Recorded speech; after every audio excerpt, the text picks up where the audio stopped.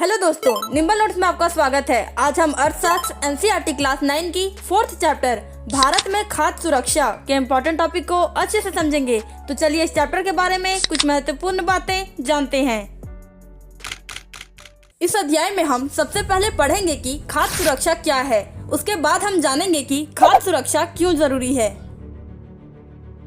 फिर हम देखेंगे कि आपदा के समय खाद्य सुरक्षा कैसे प्रभावित होती है। साथ ही साथ हम खाद्य असुरक्षित कौन है, खदानों में आत्मनिर्भर होना भारत का लक्ष्य और भारत में खाद्य सुरक्षा के बारे में जानेंगे। अध्याय के अंत में हम सबसे महत्वपूर्ण बिंदु सार्वजनिक वितरण प्रणाली की वर्तमान स्थिति के बारे में विस्तार से चर्चा करेंगे। इस चैप्टर का पहला टॉपिक है खाद्य सुरक्षा क्या है। तो चलिए हम लोग इसके बारे में जानते हैं।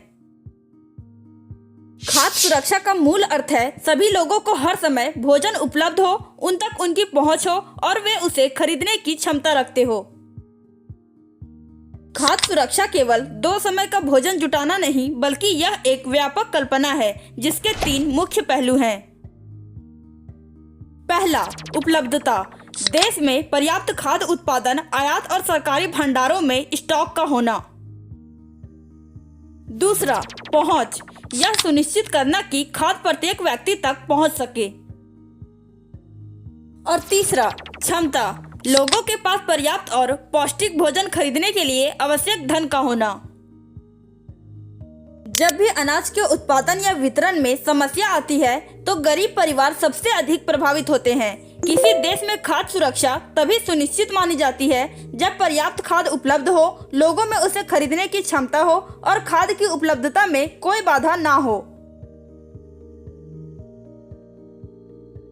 हमारा अगला टॉपिक है खाद्य सुरक्षा क्यों जरूरी है। तो चलिए हम लोग इसके बारे में जानते हैं। खाद्य सुरक्षा बहुत आवश्यक है क्योंकि इससे यह सुनिश्चित होता है कि हर व्यक्ति को हर समय पर्याप्त, सुरक्षित और पौष्टिक भोजन मिल सके। यह भूख, भूखमरी और कुपोषण जैसी गंभीर समस्याओं को कम करने में मदद करती है। उचित भोजन मिलने से लोग स्वस्थ रहते हैं, उनकी कार्य क्षमता बढ़ती है और बीमारियां कम होती है। बच्चों के शारीरिक और मानसिक विकास के लिए भी खाद्य सुरक्षा बेहद जरूरी है। प्राकृतिक आपदाओं, महंगाई या आर्थिक संकट के समय खाद्य सुरक्षा लोगों को भोजन की कमी से बचाती है। इस प्रकार खाद्य सुरक्षा एक स्वस्थ समाज और देश के विकास के लिए अनिवार्य है। हमारा अगला टॉपिक है आपदा के समय खाद्य सुरक्षा कैसे प्रभावित होती है। तो चलिए हम लोग इसके बारे में जानते हैं। आपदाएं जैसे बाढ़, सूखा या भूकंप खाद्य सुरक्षा के चारों स्तंभों उपलब्धता, पहुंच, उपयोग और स्थिरता को गंभीर रूप से प्रभावित करती है। सबसे पहले आपदाएं सीधे तौर पर फसलों, पशुधन और कृषि बुनियादी ढांचे को नष्ट करके खाद्य उत्पादन को कम करती है। उसके बाद सड़कें और वितरण नेटवर्क क्षतिग्रस्त हो जाते हैं, जिससे प्रभावित क्षेत्रों तक भोजन पहुंचाने में भारी बाधा आती है।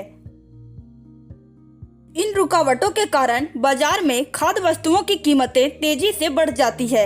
लोगों की आजीविका छीन जाने या काम रुक जाने से उनकी खरीदने की क्षमता कम हो जाती है, जिससे वे भोजन भी नहीं खरीद पाते। अंत में दूषित जल और खराब भंडारण के कारण खाद्य जनित रोगों और कुपोषण का खतरा बढ़ जाता है, जो भोजन के सही उपयोग को बाधित करता है। हमारा अगला टॉपिक है खाद्य असुरक्षित कौन है। तो चलिए हम लोग इसके बारे में जानते हैं। भारत में खाद्य असुरक्षा एक गंभीर समस्या है जो समाज के अनेक कमजोर वर्गों को प्रभावित करती है।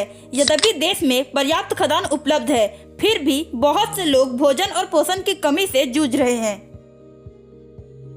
सबसे अधिक प्रभावित वर्गों में भूमिहीन मजदूर, छोटे किसान, पारंपरिक कारीगर, सेवाएं देने वाले लोग, स्वरोजगार करने वाले गरीब कामगार और भिखारी शामिल हैं। खाद्य असुरक्षा में सामाजिक ढांचा भी अहम भूमिका निभाता है। अनुसूचित जाति, अनुसूचित जनजाति और अन्य पिछड़े वर्गों के कई परिवारों के पास या तो भूमि नहीं होती या उनकी भूमि बहुत कम उपजाऊ होती है, जिससे वे जल्दी असुरक्षित हो जाते हैं।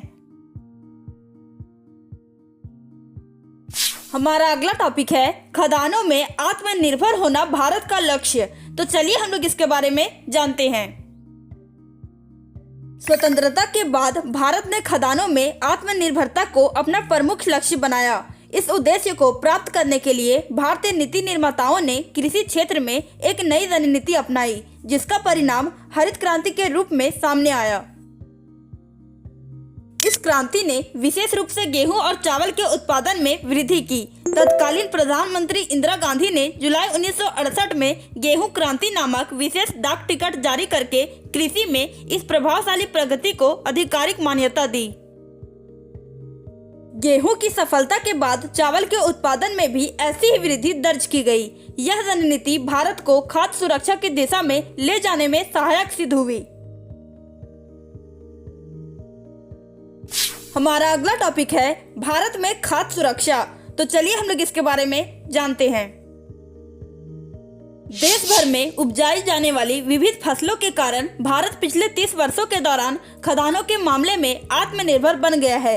इस व्यवस्था के दो घटक हैं, पहला बफर स्टॉक और दूसरा सार्वजनिक वितरण प्रणाली। बफर स्टॉक भारतीय खाद्य निगम के माध्यम से सरकार द्वारा रखा गया अनाज का भंडार है। सरकार अधिशेष उत्पादन वाले राज्यों में किसानों से यह अनाज खरीदती है। उसके बाद खरीदे गए अनाज को खाद्य भंडारों में सुरक्षित रखा जाता है। यह स्टॉक कमी वाले क्षेत्रों और समाज के गरीब वर्गों को बाजार कीमत से कम पर अनाज वितरित करने के काम आता है। यह खराब मौसम या आपदा के दौरान अनाज की कमी को दूर करने में भी सहायक होता है। सार्वजनिक वितरण प्रणाली भारत सरकार द्वारा संचालित एक महत्वपूर्ण कार्यक्रम है, जिसके तहत भारतीय खाद्य निगम द्वारा खरीदे गए अनाज को समाज के गरीब वर्गों में वितरित किया जाता है। यह वितरण सरकार द्वारा विनियमित राशन दुकानों के माध्यम से होता है, जिसकी संख्या देश भर में लगभग 5.5 लाख है। इन दुकानों पर चीनी, खदान और मिट्टी का तेल बाजार कीमत से कम मूल्य पर बेचा जाता है। हमारा अगला टॉपिक है सार्वजनिक वितरण प्रणाली की वर्तमान स्थिति। तो चलिए हम लोग इसके बारे में जानते हैं। सार्वजनिक वितरण प्रणाली अब लक्षित सार्वजनिक वितरण प्रणाली बन गई है, जो गरीबों को कम कीमत पर खाद्यान्न सुनिश्चित करती है। इसकी वर्तमान स्थिति की मुख्य विशेषता व्यापक डिजिटलीकरण है। राशन कार्डों को आधार से जोड़ा गया है और पारदर्शिता को बढ़ाने के लिए उचित मूल्य की दुकानों पर POS मशीनों का उपयोग अनिवार्य कर दिया गया है। इससे खाद्यान्न के डायवर्जन और चोरी पर लगाम लगी। इसके अलावा कई राज्यों में खाद्यान्न को सीधे गोदामों से उचित मूल्य की दुकानों तक पहुंचाने के लिए द्वार प्रदाय योजनाएं शुरू की गई है। सार्वजनिक वितरण प्रणाली अब प्रौद्योगिकी के सहारे अधिक कुशल और जवाबदेह बनने की दिशा में अग्रसर है। हमारा अगला टॉपिक है सहकारी समितियों की खाद्य सुरक्षा में भूमिका। तो चलिए हम लोग इसके बारे में जानते हैं। भारत में विशेषकर दक्षिण और पश्चिम क्षेत्रों में सहकारी समितियां खाद्य सुरक्षा में अहम योगदान दे रही है।